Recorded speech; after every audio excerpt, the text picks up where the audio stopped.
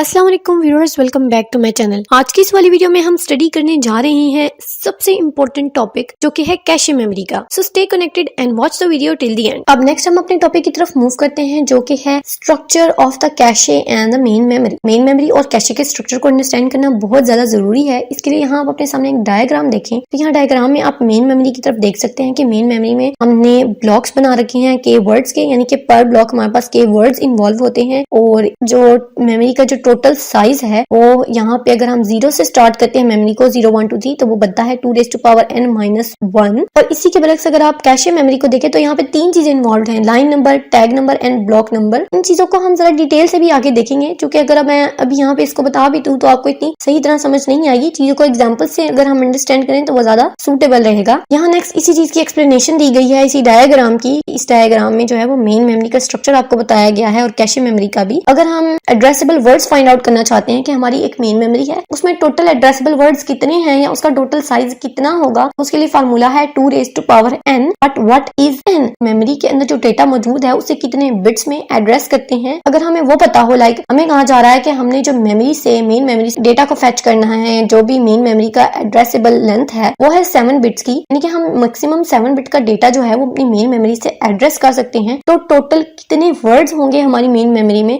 2^7 will give you the total words. These are 128 words बनते हैं। So that's how we can find the size of the main memory. अब हमारे पास यहाँ पे एक और फार्मूला है, that is m equals to 2^n divided by k। अब 2^n आपको पता है मेन मेमोरी का साइज है, तो आप इसकी जगह डायरेक्टली मेन मेमोरी का साइज भी लिख सकते हैं, size of the main memory divided bye k। But what is k?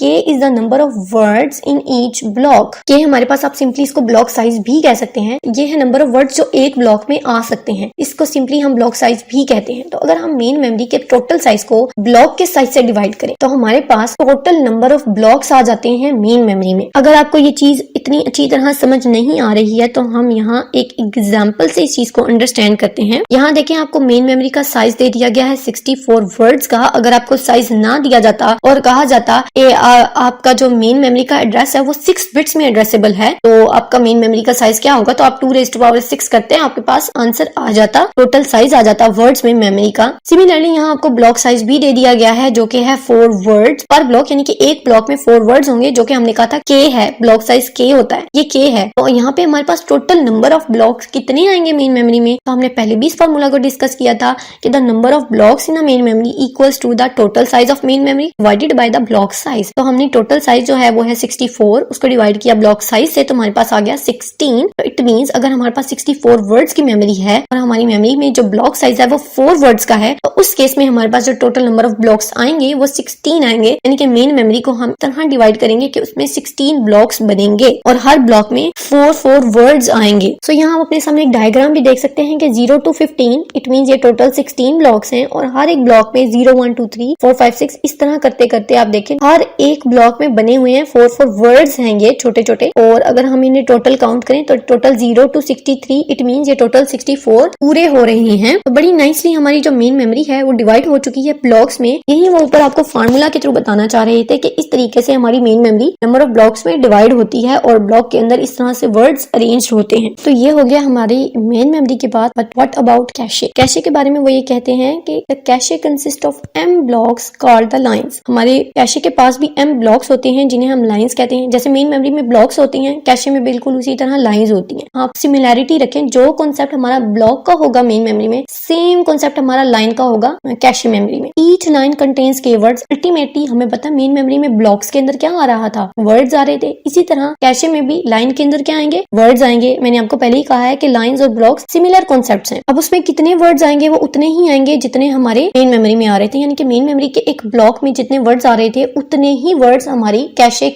के लाइन के अंदर आ रहे थे। ओके, बट इसमें एक एक्स्ट्रा चीज इन्वॉल्व हो जाती है जो कि है टैग्स। यहाँ पे हमारे पास फ्यू बिट्स का टैग भी इन्वॉल्व होता है। अब वो टैग क्या है, क्यों है, इसे हम बाद में देखेंगे। इसके साथ ही साथ एक और बात मैं आपको बताती चलूं कि यहाँ पे हमारे पास कंट्रोल बिट्स भी होती हैं जो हमें दिखाई नहीं जाती हैं, लेकिन ये बिट इंडिकेट करती हैं कि क्या कोई मॉडिफिकेशन तो नहीं हुई है हमारी लाइंस के अंदर, या जो कैशे में लोडिंग हो रही है उसके अंदर कोई मॉडिफिकेशन हुई हो एंड सो ऑन। क्योंकि आपको पता है कि हम टाइमली कैशे के अंदर डेटा प्लेस करते जाते हैं नीड के अकॉर्डिंग। तो इस चीज को ट्रैक करने के लिए हमारे पास कंट्रोल बिट्स भी यहाँ पे मौजूद होती हैं। अब जिस तरह ब्लॉक का साइज होता है उसी तरह लाइन का साइज भी होता है। मैंने आपको पहले भी बताया है कि कि लाइन और ब्लॉक बहुत ज्यादा सिमिलर कॉन्सेप्ट है, तो अगर ब्लॉक साइज की बात हो सकती है तो क्या लाइन साइज की बात नहीं हो सकती? तो जो लाइन का जो साइज होता है, अगर हम उसकी डेफिनेशन की बात करें, the length of a line, एक लाइन की length not including the tag and the control bits, tag और कंट्रोल बिट्स को निकाल दो तो जो लाइन की लेंथ होती है वही उसका साइज होता है। नेक्स्ट देखें तो वो कह रहे हैं कि जो नंबर ऑफ लाइंस हैं वो कंसिडरेबली लेस होती हैं एज कम्पेयर टू